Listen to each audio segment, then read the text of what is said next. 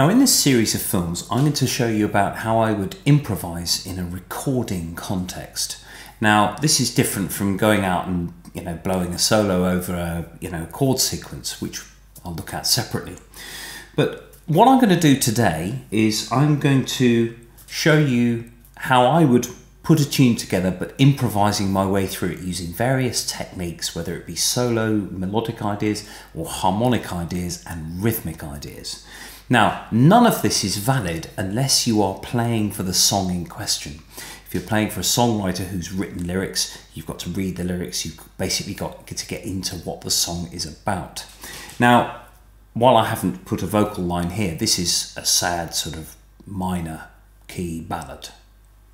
So what I've got here on GarageBand is Kyle in drummer. I've basically separated him into 4 bits. So we've got the verse that's 8 bars, chorus that's 4 bars, and then back to a sort of down, like an interlude before the next verse comes in. So I've just got that 1 bit there. So the verse starts fairly gently, then it ramps up slightly for the second half, and then in the chorus it's loud, and then we're back to soft again. Now the bass line, I've basically used the autoplay function just to get the bass to kind of match the drums. So when I play the piano with something like this, I've got to make sure that I am sensitive to what's going on above me. That is the vocals or the lead line or whatever's happening to make the song the song. I've got C minor for 8 bars, then I've got F minor for 2 bars, G minor for 2 bars in the chorus, and then back to C minor. So harmonically, it is simple, and often the best songs are the simple ones. So I'm going to put the headphones on and just play my way. I'm going to play the 16 bars here, and I'm going to sort of talk about those as I go. So that's pretty plain. But it's got a nice groove to it.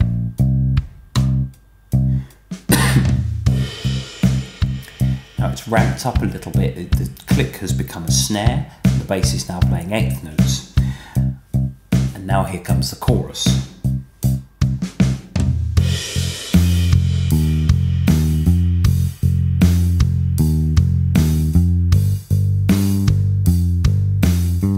And then we're coming back down into the...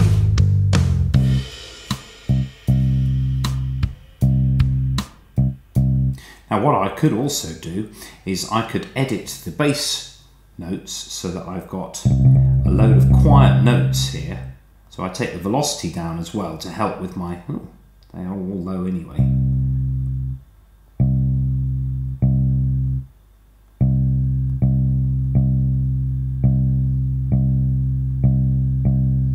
Okay, so if I just look at the settings, for example, here, just make sure I just take the treble down of the bass slightly and the bass up, and then I'm going to turn the volume down a little bit so that I can hear the drums a bit better. So C minor. On the piano it is C, E flat and G. I don't have to play the chords and the notes in that order. I could do this. So there's already some exploration going on there with just the basic chord.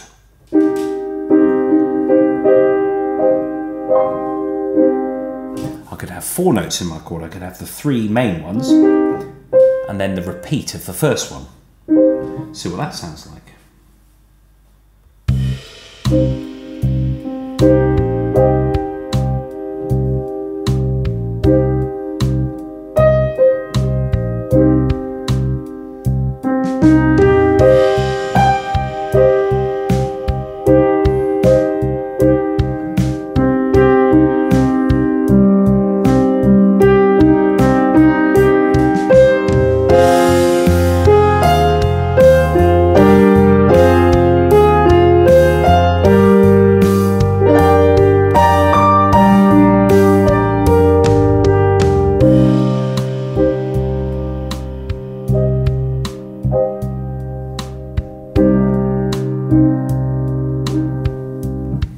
So there are distinct sections, and all I've done is taken those chords and improvised a way of making it work over that bass line. So in addition to these notes, the C, the E flat and the G, now this is all completely dependent on whether it's appropriate to the song, but if you've got these things in your armoury, it could be a nice sort of way of improvising even further. With the minor chord, try adding the fourth.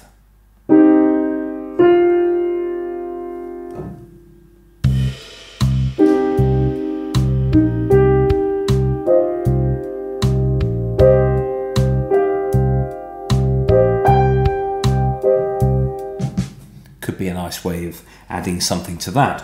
How about this? Instead of the fourth, you could have the seventh.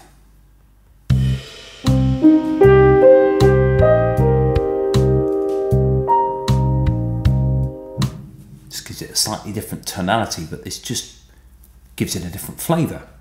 You could add the second note. This gives it a bit of dissonance because the minor component of this chord is that E flat, but I've stuck a D next to it. You could, however, separate them, so you've got the E flat here and the D up here.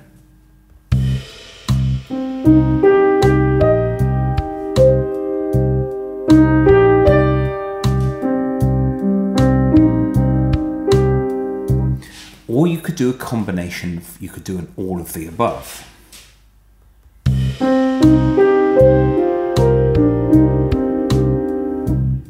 Now there's quite a lot going on there. It might not be appropriate for your, the first bit of the verse, but it might be appropriate for the second part.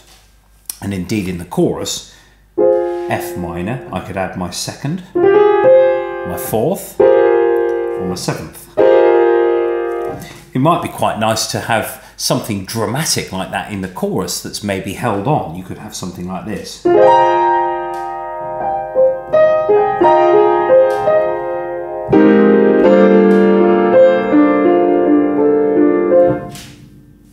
know. What I'm going to do though is I'm going to record a section here, and below on your screen I can write essentially what I've put in. However, first I have to set up an audio track so that I can play my piano along to it. So I'm just going to get my microphone, rather my audio recorder. I'm just using the internal mic of the iPad for this. It's fine, it'll do. Fun and clean, there we go. Fun and clean means you get the sort of, I don't know why it's called fun when there's no effects on it, but there are no effects on playback on this. It's just as the microphone captured it.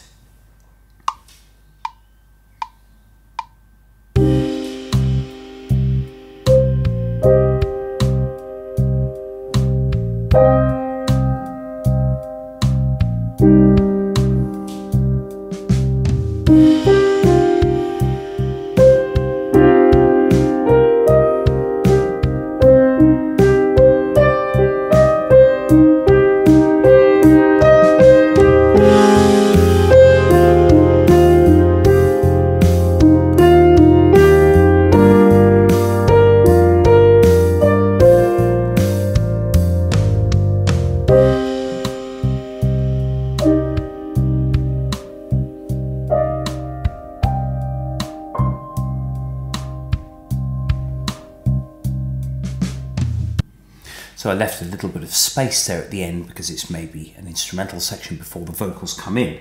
Now, some of that may have been a bit over the top. If in doubt, play less.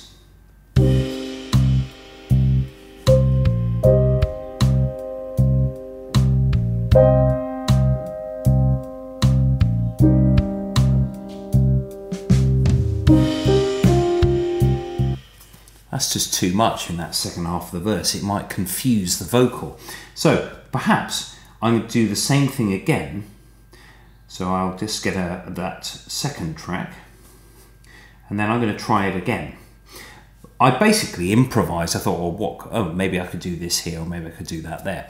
The ideal thing is to have the vocalist there while you're just sort of sorting out what you're going to do. But I'm going to record a second track, and I'm going to try and make it more subtle, and just add little bits.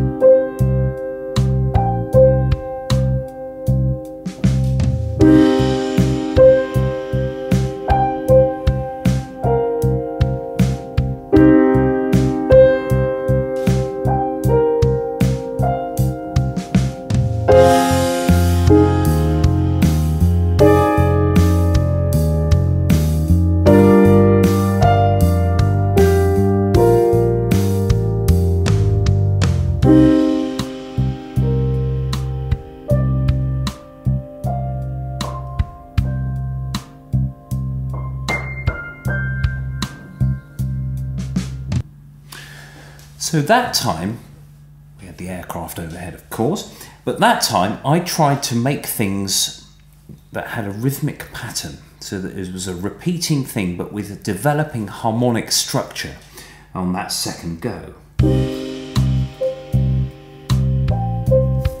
So that's simple. I've got the do, dee, ba, do, and then I repeated that.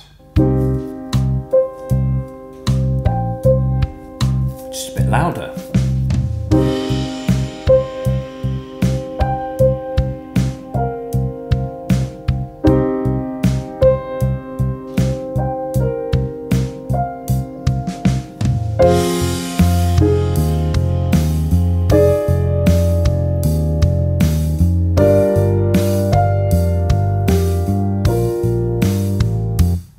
So the build from the second half of the verse into the chorus, it was still a bit, there wasn't a build up into that chorus, a lead in. But that's the sort of thing you can do with string lines or harmonic vocal parts. So I could have done something like this.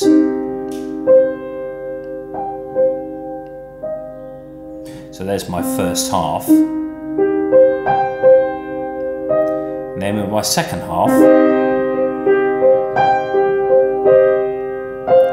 and then here comes the chorus.